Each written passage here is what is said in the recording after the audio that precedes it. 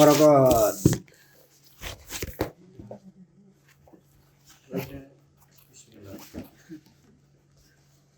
Bismillahirrahmanirrahim. Wal ahadu wa huwa muqabilul mutawatiri. Dan ahad yaitu lawanan daripada mutawatir. Iya, berarti karena kan khobar ada dua, ada khobar mutawatir, ada khobar apa? Ada khobar ahad. Mutawatir kemarin udah ada definisinya. Berarti pas ahad ya gampang definisinya, dia lawanan apa? Mutawatir kayak gitu kan definisinya. Ahad tuh di sini ahad gitu ya. Jamak. Yang mufradnya berarti apa? Ahad. Yang mufradnya ahad. Ya, ahad mufrad, jamaknya ahad. Ya. Ahad ambilannya dari apa? Ahad diambilnya dari kata-kata apa tuh ahad? Dari wahdah. Ya. Berarti kalau gitu kata-kata ahad itu hamzahnya itu asalnya wawu. Munqalibatun anil wawi. Makanya kita bingung kalau satu kadang-kadang ahad, kadang-kadang apa? Wahid. Kok ahad jadi wahid sih? Bingung ya? Iya. Asal ambilannya sama sebetulnya tuh. Wahdah asalnya. Jadi yang emang asalnya itu emang wawu gitu. Nah itu ahad dipakai itu asalnya itu alim itu munqalibatun anil wawi. Jadi ambilannya sama. Ya. Tapi penggunaannya yang berbeda penggunaannya. Kalau ahad itu digunakan untuk menunjukkan tidak ada sesuatu yang lain tunggal. Itu ahad digunakan. Makanya qul huwallahu ahad. Bukan qul huwallahu wahid. Gitu. Nah, jadi penggunaannya dia beda walaupun sebetulnya akar ambilan katanya itu sama. Ya.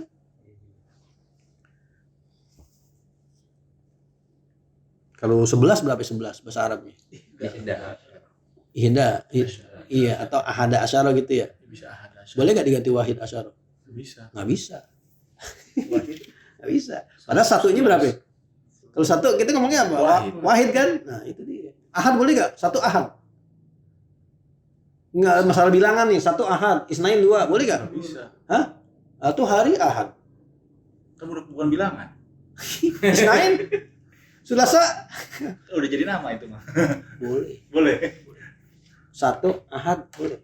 Tapi nggak umum, tapi boleh. Karena yang umum apa? Wahid. Tapi sebenarnya ahad boleh. Buat kita ngitung juga tuh satu ahad. Ahad minggu. Nah iya, makanya itu di hari ahad. Bukan bilangan. Hari pertama.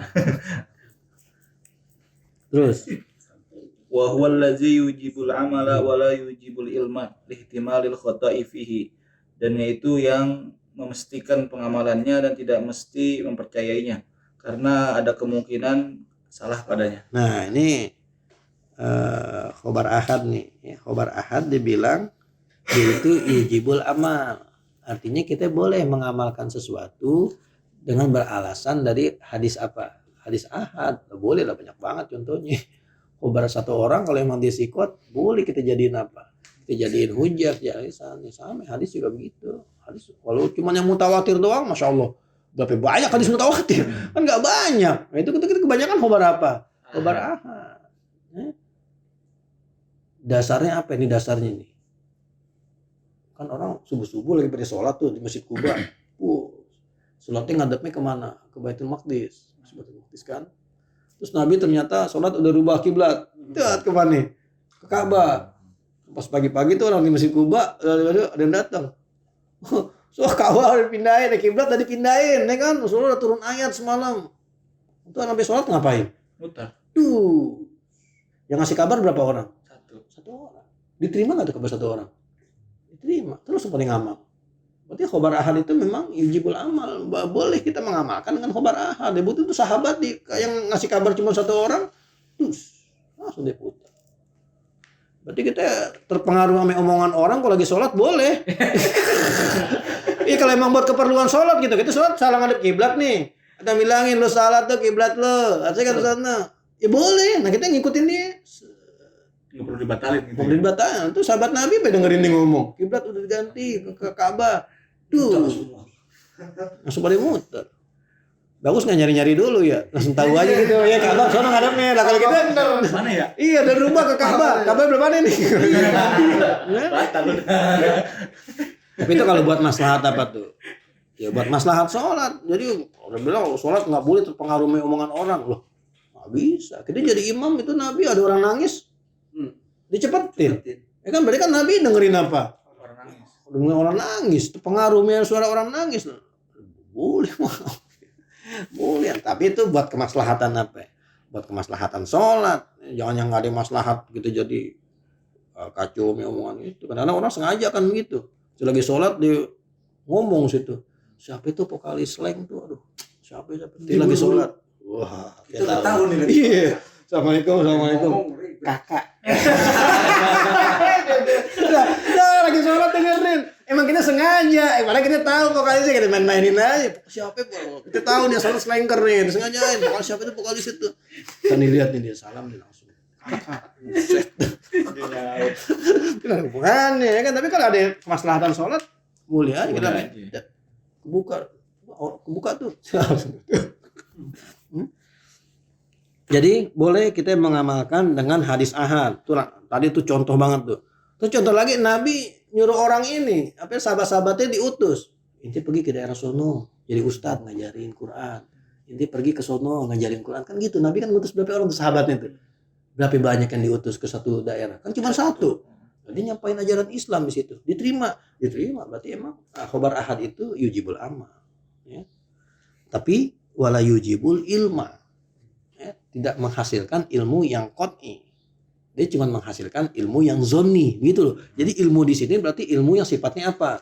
Qat'i. Karena orang itu ya kalau cuma satu mungkin salah, mungkin benar begitu.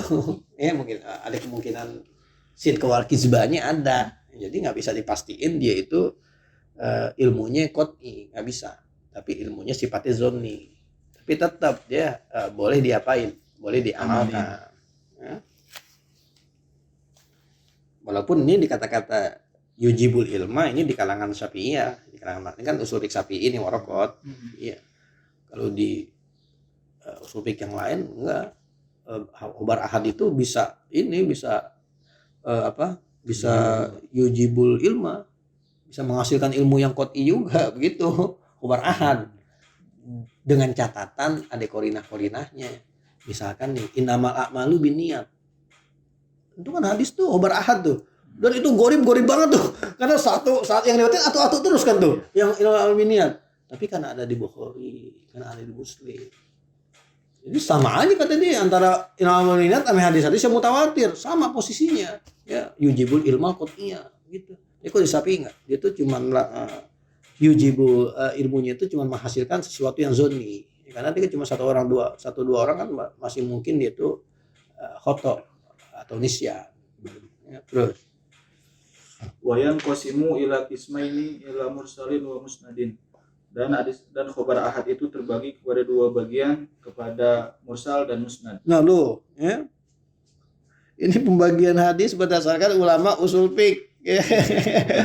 Iya, jangan inti bandingin sama mustalah hadis. Mustalah hadis mah pusing kita. Dia cuma kebagi dua doang, ya. Mursal sama apa? Musnad dalam kacamata usul fiqh. Terus Fal musnadu mattasal isnaduhu bi ansaraha biruwatihi kullihim. Maka musnad itu adalah sesuatu yang bersambung sanadnya dengan bahwasanya jelas perawi-perawinya semuanya.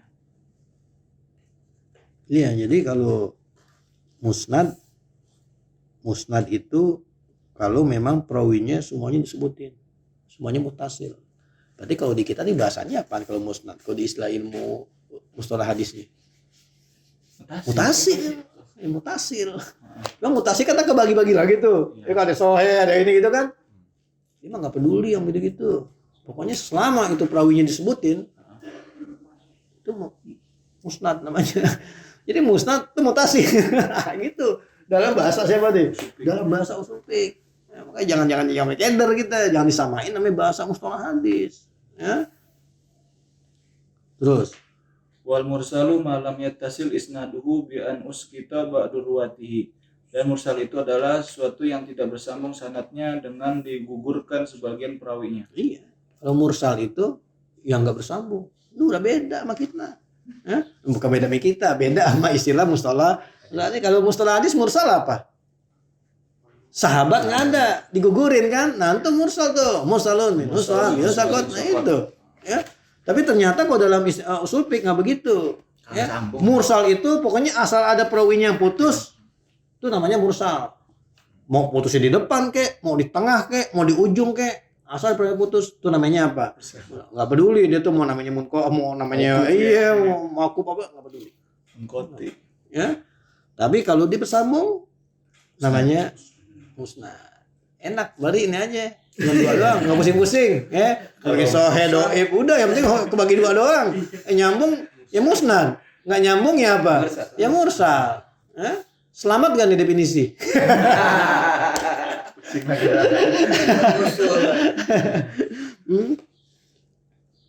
Wal musnadu mata sola isnadu. Isnadnya bersambung. Semua perawinya diapain? Disebutin. Dari ini disebutin semua. Ya. Ternyata nggak sampai Rasulullah. Cuma disebutin sampai tabiin doang. Tapi nyambung nih. Semuanya disebutin. Tapi nggak sampai Rasulullah. Sampainya kemana? Tabiin. Ke tabiin doang. Musnad gak? Enggak, mursal. Mursal. Kan itu disebutin semua nama perawinya. Kan definisinya apa di situ? Apa yang bersambung sanadnya? Perawinya semuanya diapain? Disebutin, ini nyambung semua. Sampai tabiin, nyambung semua. Tapi kagak nyambung ke Rasul. Iya. Tapi musnad gak kalau gitu? Nah, kenapa di definisi nggak nyebutin sampai ke Rasul? Kenapa ya? Iya, cuma bersambung, sanadnya disebutin semua rawinya. Kalau pakai definisi ini, berarti kalau sampai tabiin aja bisa disebut apa? Musnad. Karena yang penting kan nyambung semua, disebut semua perawinya. Tuh, dikritik definisi. Karena berarti mauquf masuk musnad. Kan nggak ada bisa sampai Rasulullah kok sini. Nah, itu. Ya. Makanya bikin definisi itu susah. Pasti ada aja kekurangan yang mencari. Ya. Terus. Fa in kana min marasiri ghairi sahabati radhiyallahu anhum falaysa bihujjatin lihtimali ay yakuna saqitu majruhan. Maka jika dari mursal bukan yang sahabat radhiyallahu ta'ala anhu, maka demikian itu tidak bisa jadi hujjah karena memungkinkan bahwasanya yang menggugurkannya itu ada cacat.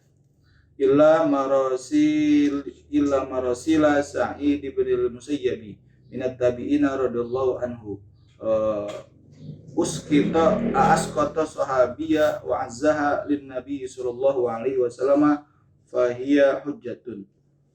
Kecuali mursalnya Sa'id bin Musayyab dari golongan tabi'in radhiyallahu ta'ala anhu yang menggugurkan sahabat dan melangsungkannya kepada Nabi Muhammad sallallahu alaihi wasallam, maka itu bisa jadi hujjah. Nah, ini contohnya berarti yang tadi yang mauquf tuh nih. Ini jadi mursal tapi bukan mursal sahabat. Ya, jadi tabi'in nggak nyebutin sahabat tapi langsung ke Nabi. Ya. Gimana tuh statusnya? Ditolak, nggak bisa. Oh, jadi hujjah. Karena dia dapat dari nabinya dari siapa? Nah, itu kan nggak ketahuan. Dari sahabat belum tentu. Siapa tahu dia dapat dari tabiin juga. Nah, itu karena belum tentunya itu. Nggak bisa dijadiin hujjah. Kecuali kalau tabiinnya cuma satu yang diterima, siapa? Sa'id bin Musayyab. Itu dia hebatnya. Jadi kalau misalkan Sa'id bin Musayyab dia bilang dari Nabi bisa diterima. Tuh, Sa'id bin Musayyab cuma dia. Alasannya? Alasannya gitu kan? Itu terusannya, Dek. Iya, itu terusannya. Terus Fa innaha futtisat ay futtisha anha fa wujidat masanidu ay rawaha lahu as-sahabiyyu allazi asqatahu anin nabi sallallahu alaihi wasallam wa huwa fil ghalibi sahruhu Abu zaujatihi Abu Hurairah radhiyallahu taala anhu. Maka sesungguhnya itu futishat, diteliti, artinya diteliti daripadanya lalu didapati sanad-sanadnya, artinya perawi-perawinya dari sahabat yang ia gugurkannya dari Nabi Muhammad SAW, dan dia itu pada kebiasaannya sohruhu itu mertuanya bapak dari istrinya, yaitu Abu Hurairah radhiyallahu taala anhu. Itu alasannya. Ya, jadi kenapa mursalnya Sa'id bin Musayyab diterima? Karena ternyata hadis yang diriwayatkan sudah diperiksa. Udah diperiksa, Dari mertuanya. iya ternyata dia dapetnya bukan dari tabi'in, dia banyak kan dapetnya dari siapa? Dari mertuanya, yaitu Abu Hurairah. Abu Hurairah sahabat. Kalau sahabat berarti sikot, udah pasti itu mah, ya udah diterima. Berarti ngomong sini bisa diterima ceritanya. Dari Kiai. Sa'id bin Musayyab. Ya, ini udah dikoreksi. Yang ngoreksi siapa? Yang ngoreksi siapa? Imam Syafi'i yang ngoreksi. Mau disebutin di sini. Di kitab lain disebutin. Yang ngoreksinya Imam Syafi'i yang ngoreksi. Ya.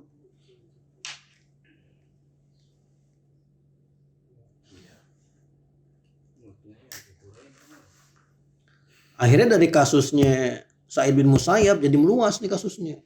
Kalau begitu, setiap tabi'in yang orangnya sikot, yang orangnya benar-benar terpercaya, kalau dia ngebuang, berarti bisa dipercaya juga.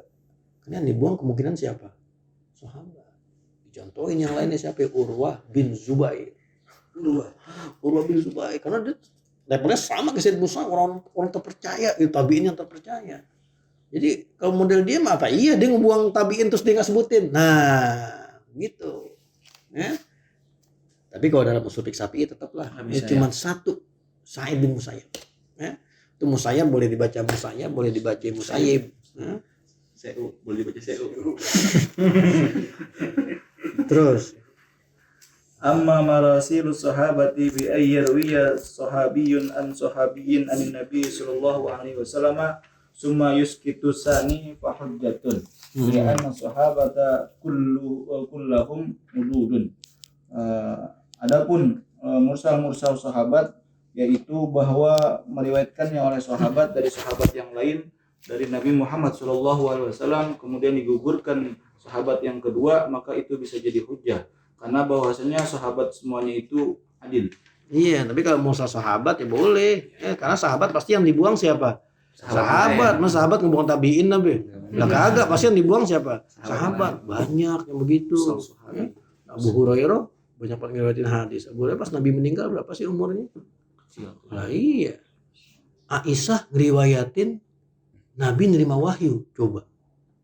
Pas Nabi nerima wahyu mah Aisyah berapa umurnya? Apa belum lahir? Iya, tapi kan dia yang kayak badil wahyi. Kan buat Aisyah tuh. Awalu mabudi abil wahyu. Aisyah nggak ngomong tuh dari Rasulullah, enggak. Ngomong dari Abu Bakar, enggak. Awalu mabudi abil ru'ya sholihah. Aisyah cerita tentang Nabi nerima wahyu. Dan Nabi wahyu kapan kejadiannya? Nanti lahirnya kapan? Nah tuh ada yang dibuang di situ. Mungkin dia dapat dari bapaknya kali. Abu Bakar kalian cerita, maka disebutin dari Abu Bakar. Dan musa sahabat. Musa sahabat banyak sebetulnya. Karena yang banyak riwayatin hadis justru sahabat-sahabat yang udah pada kecil. Yang pas Nabi meninggal aja masih pada apa? Kecil. Masih pada kecil.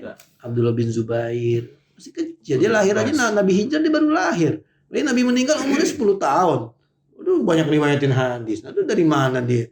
Dari orang berarti. Orangnya siapa? Sahabat juga. Gitu. Terus Wala an'anatu bi ayyu qala haddatsana fulanun an fulanin ila akhirih. Dan kemudian hadis an-ana, mu'an-an. Dengan bahwasanya dikatakan haddatsana fulanun an fulanin sampai akhirnya.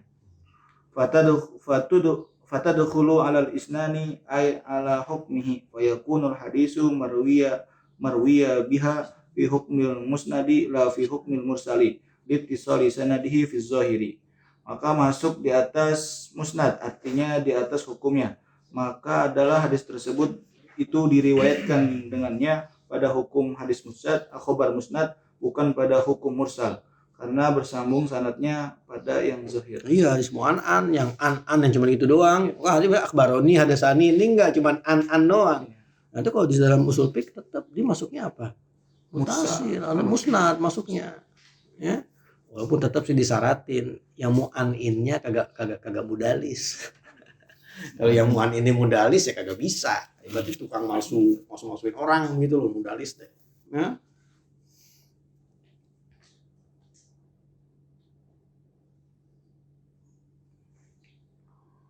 Namun Wa idza qara'a syaikhu wa ghairuhu yasma'uhu yajuzu lirrawi ay yaqula haddatsani aw akhbarani. Apabila si guru membaca atau selainnya lalu ia mendengarkannya, dan boleh bagi si perawi tersebut bahwa ia katakan haddatsani atau akhbarun. Nah, ini cara menyampaikan hadis dan cara menerima hadis. Ya. Jadi kalau gurunya yang baca, gurunya baca nih, baca kitab hadis nih, ya kan? Wa ghairuhu yasma'uhu. Muridnya pada ngapain? Pada nyimak, dengerin. Ya. Nah, itu boleh tuh nanti muridnya ngomongnya apa? Haddatsani atau akhbaroni. Boleh. Untuk paling tinggi tuh derajatnya. Guru yang baca itu paling tinggi dibanding murid yang apa? Murid yang baca. Makanya kiai kalau baca hadis tuh Abu Daud, Tirmizi kan dia yang baca. Dia baca dulu. Jadi kalau tafsir siapa suruh baca? Santri. Iya. Oh, kita mikirnya kiai ngapa sih yang gampang aja dia yang baca yang hadis. Tapi justru yang tafsir yang susah kita yang disuruh baca. Gitu. Karena ini lain, kalau hadis tuh lain levelnya. Nah, gurunya ngapain? Bacain. Apalagi kalau kata kiai lebih cakep lagi, bis gurunya baca, muridnya baca, bis itu. Ulangin lagi. Ulangin lagi, kan kiai nyuruh lagi baca, bis dia baca, suruh baca lagi. Jadi lebih benar-benar lebih terjaga dari apa? Dari kesalahan. Kalau murid yang baca, kadang-kadang dia salah, gurunya cuek aja gitu, dibiarin aja. Ya. Tabrak-tabrak aja murid baca, nggak betulin. Kalau guru doang yang baca, kadang-kadang gurunya salah takut juga negor. Takut juga negor, ya kan? Atau muridnya nggak perhatiin juga. Jadi yang paling top itu gurunya baca, habis itu muridnya ngapain? Ya. Terus Wa an qara'ahu wa in qara'ahu ala syekhi fayaqulu akhbarani wa la yaqulu haddatsani. Dan jika yang membacanya si murid di atas gurunya, maka ia boleh mengatakan akhbarani dan tidak boleh mengatakan haddatsani. Nah, itu kalau muridnya yang baca, gurunya cuma dengerin. Lah kagak boleh kita bilang apa? Haddatsani. Oh, haddatsani, oh nggak boleh. Karena lain. Lah gosehnya kagak baca ke ente kok. Ente yang baca dia cuma dengerin doang. Bolehnya akhbaroni boleh, haddatsani nggak boleh. Terus Li'annahu lam yajidhu dan yuhaddisu. lam yuhaddithu wa minhum man ajaza haddatsani wa alaihi arrafa urbu ahli hadisi li'anna al-qasda al-i'lamu birriwayati an syekhi, karena bahwasanya tidaklah ia mentahdiskannya, sedangkan di antara mereka ada orang yang membolehkan membaca haddatsani wa alaihi, dan di atasnya itu adalah kebiasaan ahli hadis, karena bahwasanya tujuannya itu mengasih tahu dengan periwayatan dari gurunya. Nah, di sini berarti kita jadi tahu nih. Kalau di kitab hadis ada akhbaroni, ada haddatsani. Di situ bedanya tuh. Berarti kalau dia ngomongin haddatsani, emang gurunya yang baca. Kalau akhbaroni, berarti dia yang baca, gitu. Ya. Terus, Wa in ajazahu syekhu min ghairi riwayatin fayaqulu ajazani au akhbarani ijazatan. Dan jika mengijazahkannya oleh guru dari tanpa perawinya, tanpa baca, maka boleh ia mengatakan ajazani atau akhbarani sebagai ijazah. Nah, iya. Ya. Jadi dia nggak pakai baca, ame gurunya nggak pakai belajar, tapi ame gurunya dikasih apaan? Dikasih ijazah. Boleh. Boleh, cuman ntar dia jangan ngomong hadasani, lah kan ente kagak ngaji. Ya kan, boleh ngomongnya apa di situ tuh bolehnya itu? Ajazani atau akhbaroni ijazatan. Emang bisa kejadian begitu? Bisa. Lah kiai begitu. Ya kan? Kiai itu yang pas hatam apa itu? Saya lupa, kitab Misbahul Zulam itu. Ya? Saya ijazahkan kitab Zulam. Dan kitab karangan saya yang lain yang ente belum baca. Lah coba. Kita dikasih ijazah kitab karangan kiai yang lain yang kita belum apa? Belum baca. Kan belum dibacain. Nah, berarti saya ntar ngomongnya nggak boleh hadasani, karena saya nggak pernah baca kitab itu sama kiai, tapi kiai ngasih saya apa? Ijazah. Waktu Hatam Durul Mansur tuh, ini saya kasih ijazah Durul Mansur, ya kan? Dan kitab karangan Imam Suyuti yang lain, yang itu belum baca.